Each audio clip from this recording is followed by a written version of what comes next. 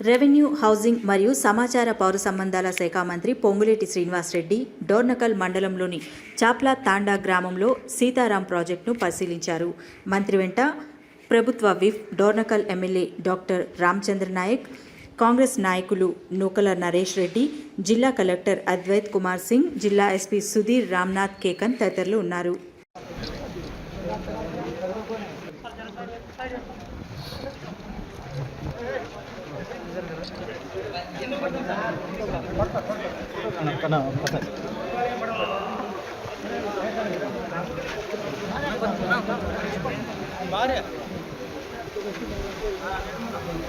भैया